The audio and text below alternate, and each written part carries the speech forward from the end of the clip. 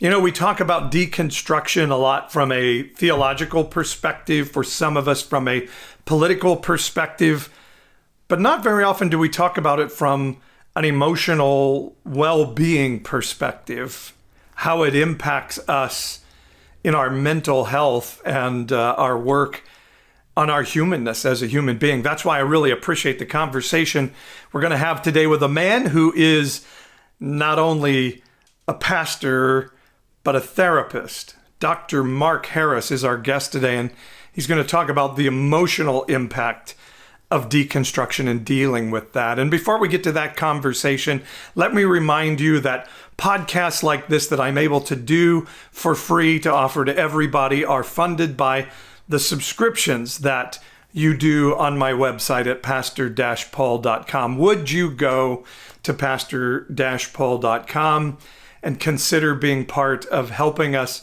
continue to do this work, to grow this work, and to offer the hours and hours of free content we do every month. Pastor-paul.com is the website, and any help you can give, as little as $5.99 a month, up to $100 a month, or even a one-time gift, will be a huge, huge, huge help. We're not a tax-deductible organization. We pay taxes. It's for-profit, so you won't get a tax deduction, but the reward of generosity, I believe, comes back to us. So if you appreciate my message, you want others to hear it, go to my website and consider being a part of the Pastor Paul community and getting all the cool stuff we have over there when you subscribe. Pastor-paul.com is the website. Now to my discussion with Dr. Mark Karris on the Post-Evangelical Podcast.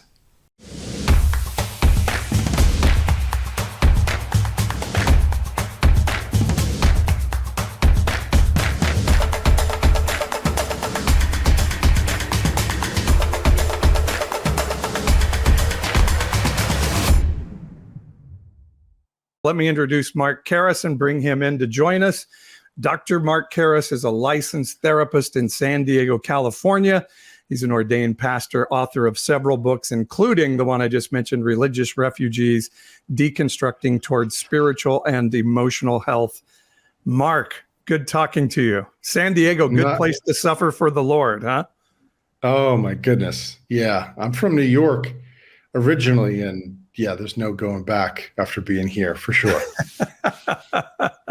It is a beautiful place. I've never understood why they have weathermen on the TV stations in San Diego. It's got to be the easiest job in the world. Indeed, yes. Well, appreciate you joining us. And your book is Religious Refugees. And so just tell me about that concept of religious refugees. Where did you come up with that name, and what does that mean to you? Yeah. Well, as I was thinking about many people, this is a few years now, but thinking about the people that I was working with in therapy, working through their own crisis of faith, faith shift, a deconstruction or reconstruction journey, or what I these days call spiritual metamorphosis. They, it was seemed like a unique group of people that I myself found myself to be sort of this religious refugee. And I think of it sort of as a person who has chosen to flee their homeland of institutional religion to find a space where they feel safe and congruent. And that was my experience. I worked through my own spiritual metamorphosis journey for quite some time, very disorienting, a lot of religious trauma.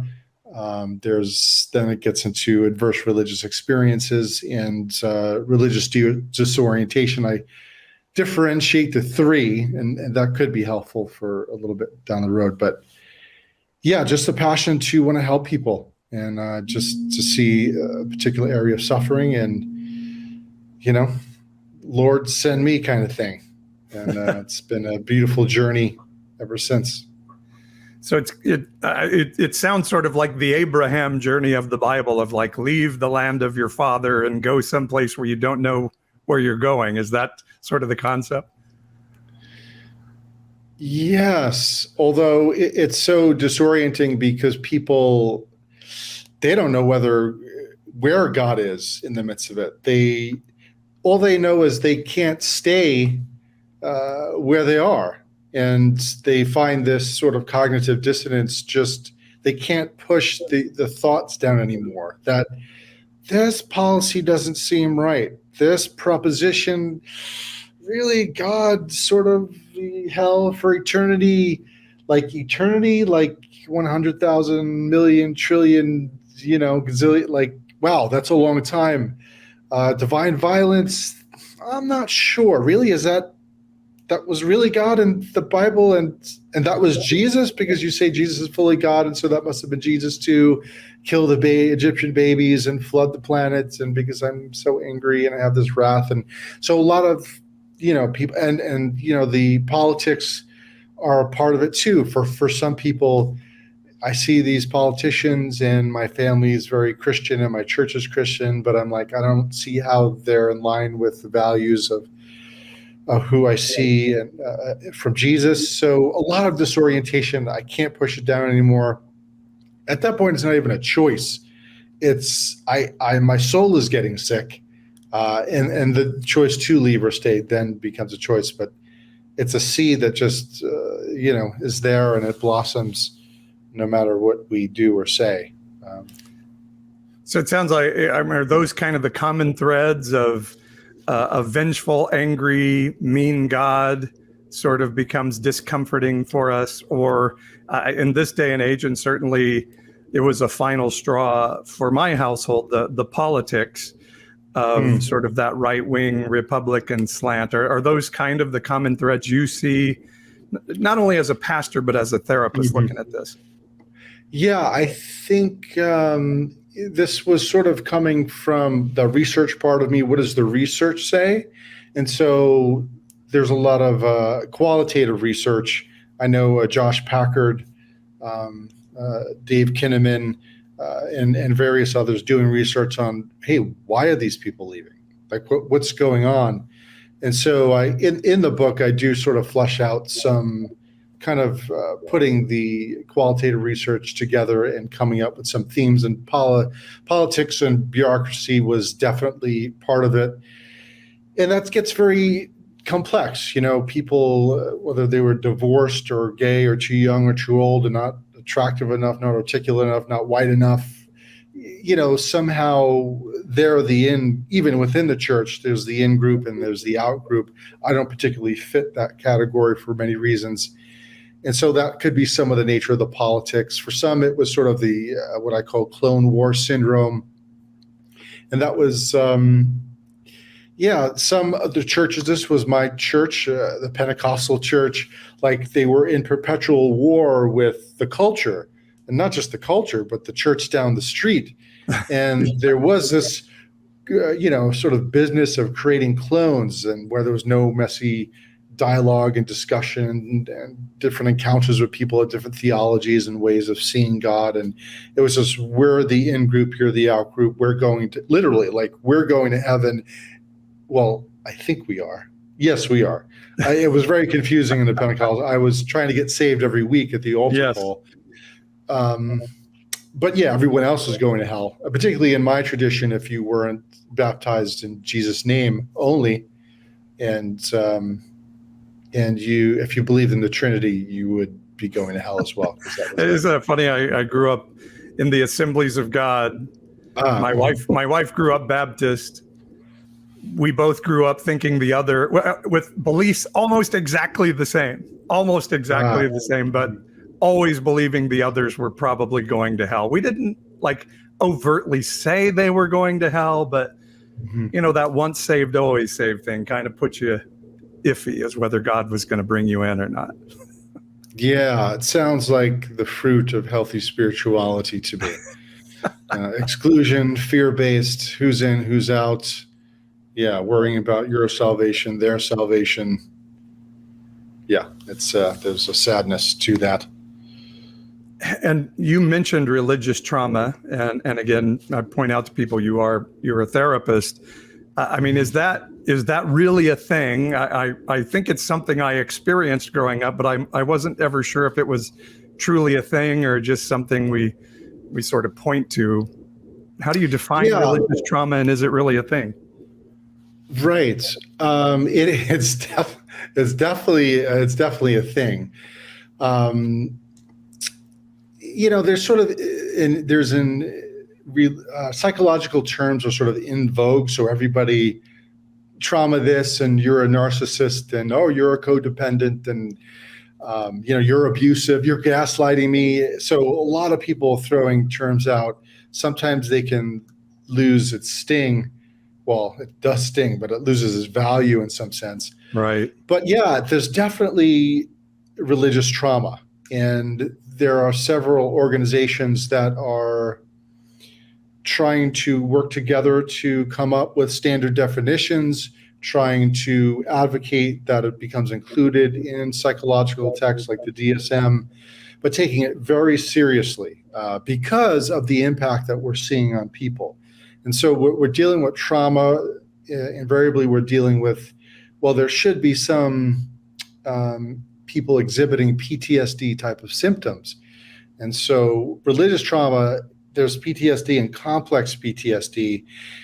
And so within complex PTSD, which is sort of many events over a period of time, yes, we're seeing the symptoms in our offices as therapists working with this particular niche. So people who have trouble sleeping, people who have anxiety, who a lot of hypervigilance. Like take one example of belief in hell. I know it may be hard for some people to wrap their heads around it, but some people have such a fear of going to hell that it becomes such a part of like a low-level hum within their emotional, mental, spiritual experience that if they do something wrong or they drop the ball here or they're, any area of sin, or it becomes, is God mad at me? Is God going to punish me? And that is a form of religious trauma. Because when you go to that church and you have people in authority who are threatening you with hell because of you not measuring up to a certain standard, and yet sort of this is where gaslighting comes into play. God loves you, yet you're as worthless as a rag doll. Yeah. You have no intrinsic value in and of yourself, that God would rather throw you in the fires of a pit of hell for eternity. So he loves you and you're worthless, and the only value you have is if God, in his wrath and anger if he looks at you through the prism of Christ, and then if he has the blood of Christ, he becomes sort of vampire-esque God who gets satiated with pure blood, who then is no longer angry and wrathful towards human beings. It's just confusing. Yeah. And for some people of a sensitive temperament, you could have two people in the same church. One's like, yes, absolutely, they're going to go to hell. I love you, Jesus, your holiness, and they may not experience any kind of emotional, mental symptoms. But then you have the sensitive temperament kind of people, the cognitive dissonance is too great to ignore, and it can create a lot of internal suffering.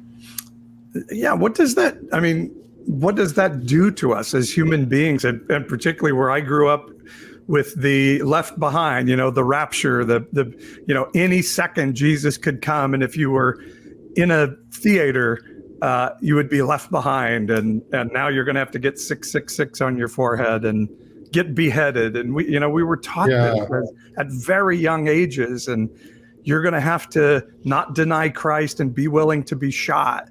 I mean, that has to have an impact on a young brain. Yes. From your loving Father, your loving God in heaven. I know. It's hard to not think that this is crazy making. Now I believed it. It's just I'm in a different space right now. And it's not to say that the people who still hold to these beliefs are bad people. All I could say is that for me, it's just not palatable for my soul. But yeah, I mean, it's fear for breakfast, fear for lunch, fear for dinner. That's the menu, and it infuses us with shame, fear, extra glucocorticoids, stress hormones, especially when you think of a young brain, it creates these indelible traumatic marks on young people's nervous systems that, oh my God, there's an angry, wrathful God who, if you don't do the right thing, will punish you in this world. And as we read in the biblical text, many times violently so, or in the next. And that, like I said, some people can digest that. Other people, it creates such a traumatic mark on the nervous system that even people who have said, "Oh yeah, I don't believe that anymore," they have what I call it's sort of theological phantom limbs. When someone loses a limb, they can sometimes have these sensations that are still there. And some people who don't believe in hell anymore can still have nightmares about it, right? Still, they could hear something on the radio and some preachers talking about hell and, hellfire. I don't believe that. Why am I having a reaction in my nervous system and getting triggered in this moment? It's very interesting. I deal with it. I'm laughing, and that's such a good way. The phantom limb idea is such a good way to describe it. People I work with in my Deconstruction U classes and things all the time are saying, I don't believe the way I used to believe. I'm not even sure if I believe there's a God anymore, but there's still something deep inside that says, am I putting myself in hell? And even more so, am I taking my kids to hell? It is a thing that's always sort of laying like a low-grade infection down there, it seems like. Yes, indeed.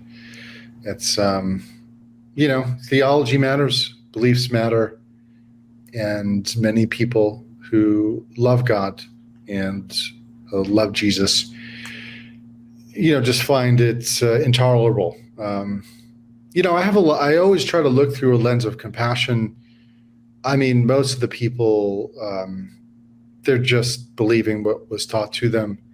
And some, like there are full-blown narcissists, but there are just genuine people who love God and love the biblical text and see that as God's word and are just preaching what they've been taught and was preached to them and trying to pass it down and be faithful to who they perceive God to be.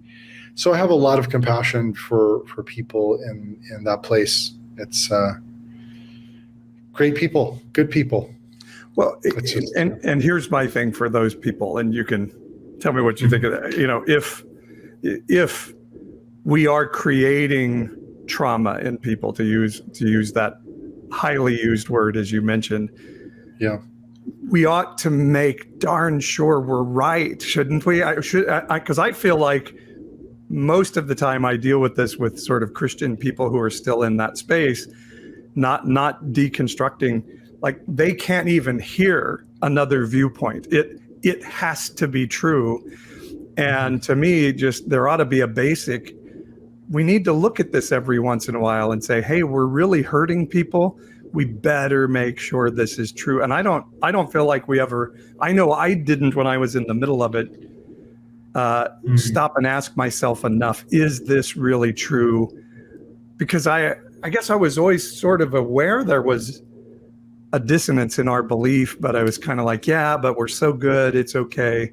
I don't know, from your therapy perspective, shouldn't we be questioning ourselves on an ongoing basis? Well, why would we do the very thing that Satan did? Right. Hath God really said? So yeah, it does create a little anxiety and trepidation to question the religious status quo, because once again, we're told if we do, we're in cahoots with Satan in some, debauchery and, interesting soiree with him. But yeah, and then you have the real, from a nervous system perspective,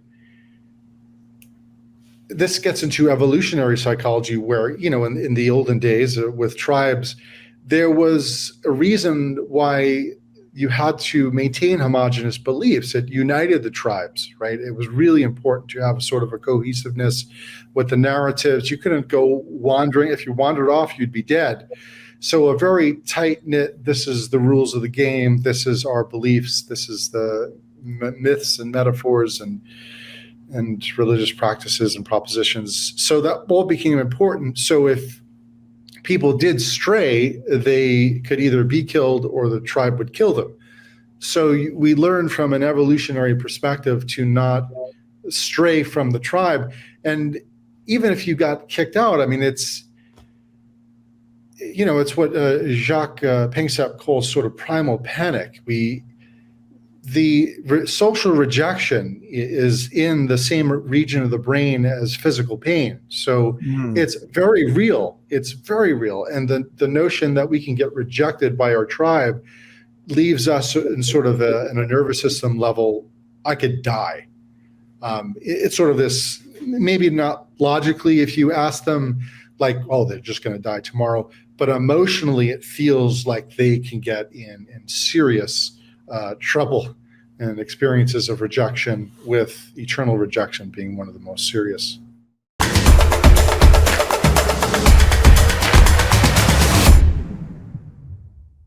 Wow. I love this conversation with Dr. Harris. Stick with us. Let me interrupt for just a moment to tell you about something we have coming up on a regular basis. For those of you who are rethinking your faith, and maybe you've left your church behind, but you haven't left spirituality and a connection to heaven behind, let me encourage you to jump into a mentorship project I have going on. It's called Deconstruction U. You may know that there's something wrong in your philosophy, ideology, or theology, but you're like, I don't have language to put on it, and I'm a little bit scared that maybe I'm going to hell or sending my kids to hell. Let me put your heart at rest through my mentorship of Deconstruction U. We look at the 9 major questions of deconstructing. Who is God?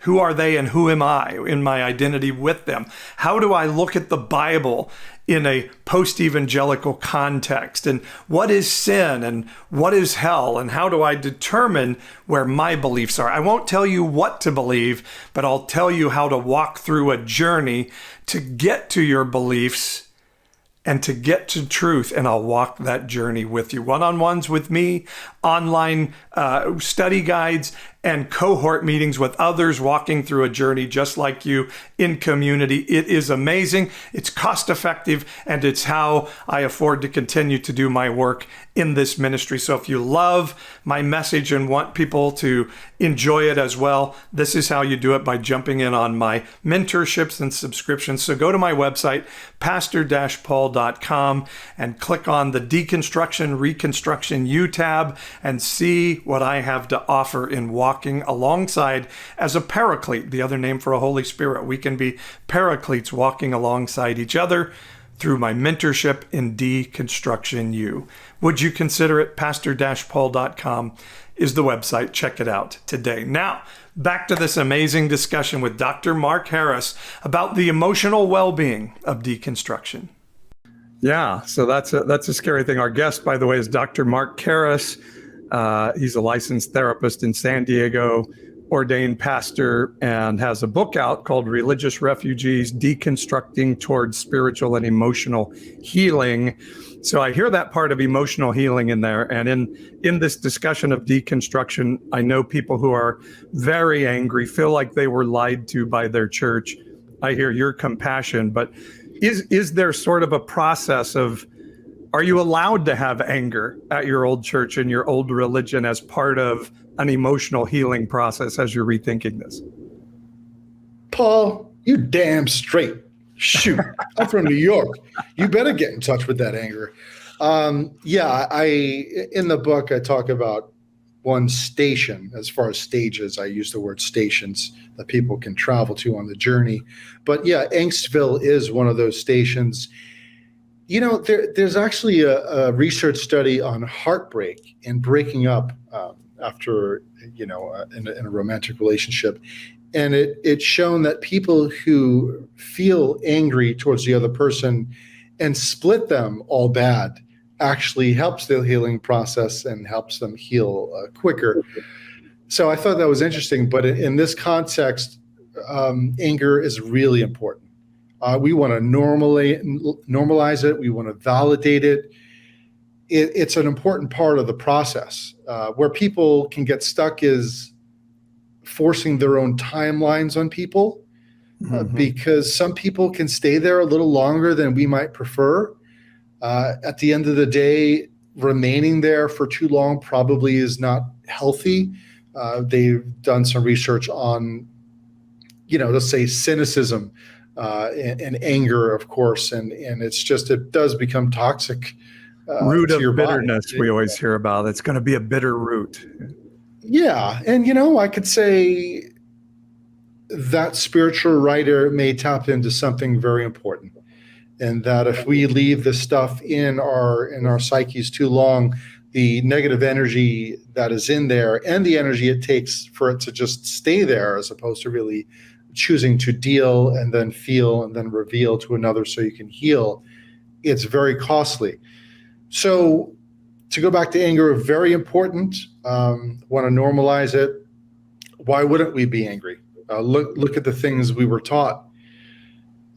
Like I said, I think down the road, it's helpful to have a wider view and maybe a more compassionate view. I know that's sort of Zenish, maybe Jesus-y to some degree, but it does more good for you, and it's probably more truthful. Because if we think about the churches that were feeding us this stuff, I really believe that some of them are narcissists in leadership, but some of them were well-meaning people just trying to be true to how they perceive to be the Word of God. And plus, how can I cast such judgment on them if I was there? Yeah. And how can I cast such judgment on them when in 50 years or 25 years, generations ahead of me will look back at my life and the things that I believe and the practices that I did, whether environmental or religion, spirit, who knows? I'm sure that there's plenty of judgment that could be done to me. So I try to withhold harsh judgment, especially towards people. Behaviors, ideologies, propositions, oh hell yeah. That's just toxic. Some of them are just, but people, yeah, some of them, like me, were just trying to do the best we can in this chaosmos. Yeah, I mean, I think people will look back and say we're wrong today because I think God is progressive. Things are, Jesus said, don't try to put new wine into old wineskins, and all of those things. But I would hope that the church at some point would say, hey, we do have to look at this idea of forget the former things. New things are happening. We're supposed to be changing and moving. And in your book, you talked a little bit about this as sort of a 500-year process, that there are revivals. There's theories out there that this is sort of a regular thing that happens in the church, that it has to have some upheaval every once in a while if we're kind of not willing to look at it ourselves. Right. I think Brian McLaren talks about the Great Migration, and the spiritual rummage sale that needs to take place every so often. I think the church is, it's always morphing, changing, evolving, but then you get these big shifts that occur. Martin Luther was a part of that, I'm sure. It's just inevitable. And some people are the revolutionaries. Some people get burned at the stake. Now, probably not burning at a literal stake, but the, sort of social media stake. You just heretics and, burn their books. But it's inevitable. It happens. And I think, to your point, the church, I always have caution when I say the church, because there's no such thing as the church, but right. There's so many different churches, and many churches are doing the very thing you're talking about. They're looking and reflecting and repenting, and they're teaching things in a different way, not in a hierarchical top down, but more of a collaborative dance between leadership and the congregation. And so, yeah, the heresy of clerisy, as Leonard Sweet likes to talk about, people are seeing that, and changes are happening in this very moment with some churches. But then, there's some churches who will be the dinosaurs. We'll see. Oh, look in the museum, Mom. Yeah, look at that. Oh, they're still thinking that, huh? Wow. And then there are some going the other direction, it seems like, as well. I was going to say on this idea of anger, and I've had enough of my own therapy over the last 5 years or so that I think I may not be a therapist, but I play one on social media sometimes. But that idea of anger, I have learned, is coming to a place of saying, wow, this happened to me, and it was wrong, and it wasn't my fault. And so I think there is some of that in our deconstruction that's important, that then gives you permission to start to rethink what this looks like on the other side. Oh, yes. Each emotion communicates two main things. One, they communicate information, and two, they want to move us in a particular direction. So sadness communicates as a loss. Many times it could move us to want to connect with someone else for care and comfort. Joy communicates, a goal has been achieved, and we want to share that with the community. Anger communicates there's a sense of injustice and unfairness. Anger is good. Anger is healthy.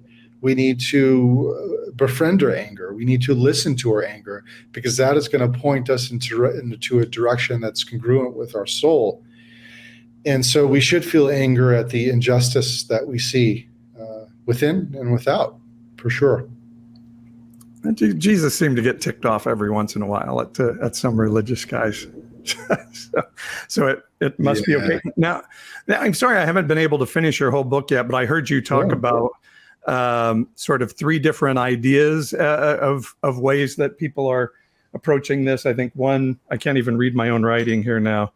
I can't read my writing on that, but you're kind of talking about three different processes here. What is that?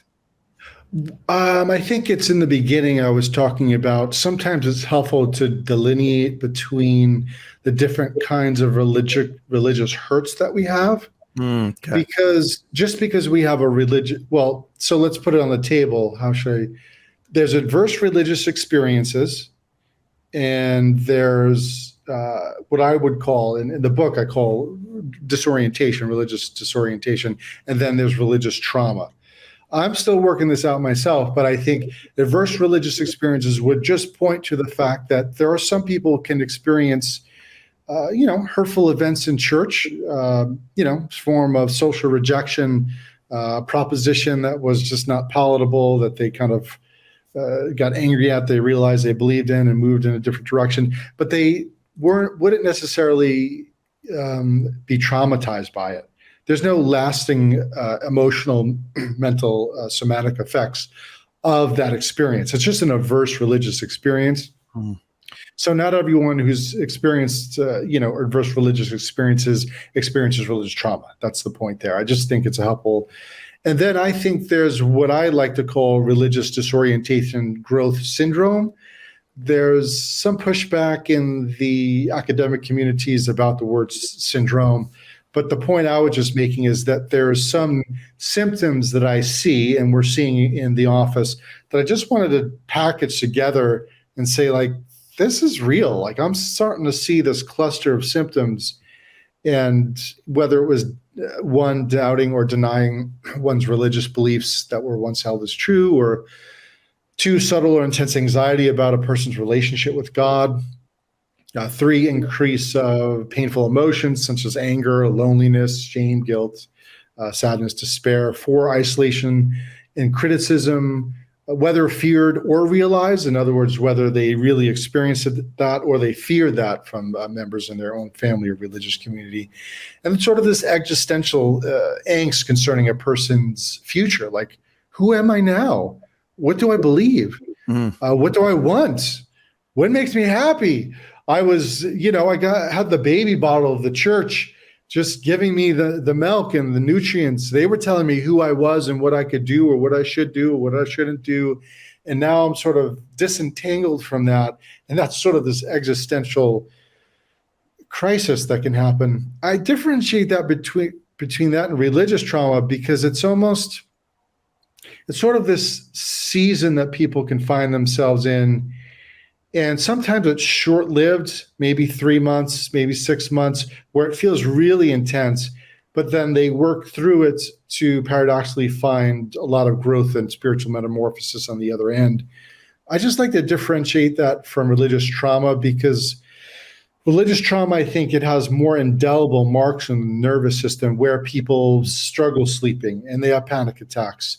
And they have this hypervigilance, danger triggered, every more days than not. It's a very intense process, this complex PTSD. And plus shame and self-criticism are so intrinsic to that it becomes so it's so much a part of their internal world. And then you might even differentiate another one I'm thinking from the dark night of the soul. So maybe that would even be a fourth one, because the thing with religious disorientation is you may not become a Christian at the other end. Many aren't. They're ex-evangelicals, the de-churched. So I like to think that the dark night of the soul is a very spiritual experience, and it's very much centered around the relationship with God. And at the end, typically they want to find God in a new way. And so it's I think, a unique experience in the religious disorientation growth syndrome that I see. So I'm trying to flush that stuff out. I love it. I think those are really important concepts to think through because, some people may there's going to be a moment, we see it in the Psalms, where you're like, God, where the hell are you? What happened here? Why are you not here? And that's really interesting. And one of the things I loved what you say, because I do coaching with people in something I call Deconstruction, which is really, hey, let's dig through the theology, the things you're starting to doubt. Let's really dig into those. And then I have Reconstruction, which is so much of our identity is tied into our religious belief, our religious community. And when that's lost, who are we now? And identity is a big part of this, isn't it? Oh, yes. It's there's a sick dynamic that I see with it's sort of there's an abuse element to the way church can foster spiritual and mental relational growth because they don't encourage the uniqueness of individuals and encourage openness and expansiveness. And they have the answers, right? So they become all you need. They become, well, who am I? Well, I'll tell you. What do I need? Well, I'll tell you. What's good? Well, I'll tell you. I will tell you. I will tell you. I will tell you. And so when they cut those, I think of the matrix, and they cut those tubes off, and they're no longer connected to the religious matrix, it's so disorienting. And really, that becomes the journey to find out who they are and what they like and don't like. And the last chapter in Religious Refugees is dedicated to that particular topic. And so part of my task, even as a therapist, is to help people explore their own values. Who do they want to be? Can you name your top 5 values? Mm-hmm. Let's explore together, because some people I have no idea. Well, let's explore. Let's think about it. Goals are something you can achieve. Values become the compass that points you in the right direction. And engaging in valued living, regardless of we've deconstructed well or have all the answers, what does it mean to live life today? Mm-hmm. And so when people get in touch with their value of fitness, or a value of taking care of the environment, or a value of relationships and finding different communities to be a part of it, values of adventure, values of creativity, really owning their values, not letting someone else tell them who they are, it's liberating. It's like walking on a waterbed first, but then it's liberating for sure. and it gives you a value outside of just my only value is that Jesus is keeping God from frying me in the fryer. It just seems like a healthier way to live. Yeah, it's a beautiful way to be. I'm reminded of the palliative nurse Bronnie Ware wrote the top 5 regrets of the dying. And one of the top 5 regrets being with people at the end of their days was, I wish I lived a life that was true to myself and not a life that was expected of me. Powerful. Like, I'm not going out that way.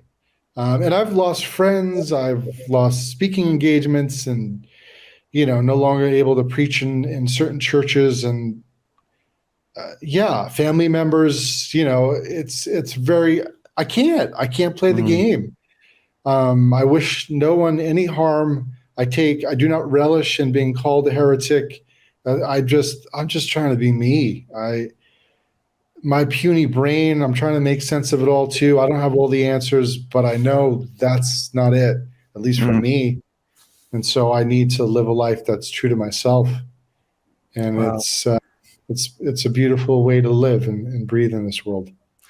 I really want everybody to hear and absorb what you just said, because I hear it all the time. I'm losing community. I'm losing friends. Some are losing family. And so my question always is, so why are you doing this? And we have to know why. And the why is something inside of us is telling us that pursuing truth and pursuing real connection with heaven and real connection with ourself is worth it, it. Whether I'm 9 or 90, that it's still worth it. And I really believe that work somehow goes on with us into the next life. So like I say, at 9 or 90, it's still worth it. But yeah, I think there's just something innately in us that has to be shut down and turned off in indoctrination that says, no, there's a greater truth, that somebody in Europe looked at the ocean and said, there's something on the other side of that thing. And then they did terrible things when they got to the other side, which is beside the point. But always something inside of us saying, there's something more to see and know and search out, and it's worth it. And I'm going to find myself in that journey. Right. So beautiful. Well, beautifully said, Paul. Love if there's a God, then I assume that God appreciates truth. And if we are truthful and congruent, then if God is the type to say, well, because you are so truthful and honest with where you are at in this spiritual journey, that he would punish us, I mean, it brings tears to my eyes. What kind of God would that be? It's not a God that I would worship. I appeal to my own fatherhood and sense of justice meter as I have a child. I mean, I would never. I want him to be congruent, and if he, misses the mark and chooses ways that is not true to who he truly is inside, then I will love him and I will encourage him. I will show him a different way. But to have my best move in the form of justice to be physical violence, stoning, or let me burn you, or, that's just that's humans projecting their stuff on God. That couldn't, if God is if God is the most loving and wise disciplinarian that could exist, he must transcend our wisdom and must look better than Hitler, Stalin combined. He must look better than that. So just logically, that sort of vindictive, punitive, not restorative kind of God, it does not make sense to me. Logic has nothing to do with it, Mark. His ways are higher than our ways. Don't think logically. Yeah, I understand. Listen, I can appreciate where my dear brothers and sisters and in between were back in the day, believing what they believed. But, sometimes love can show us a different way. And I do recall Jesus kind of saying that as well. You heard it said this, but let me tell you something else. Let me show you a better way.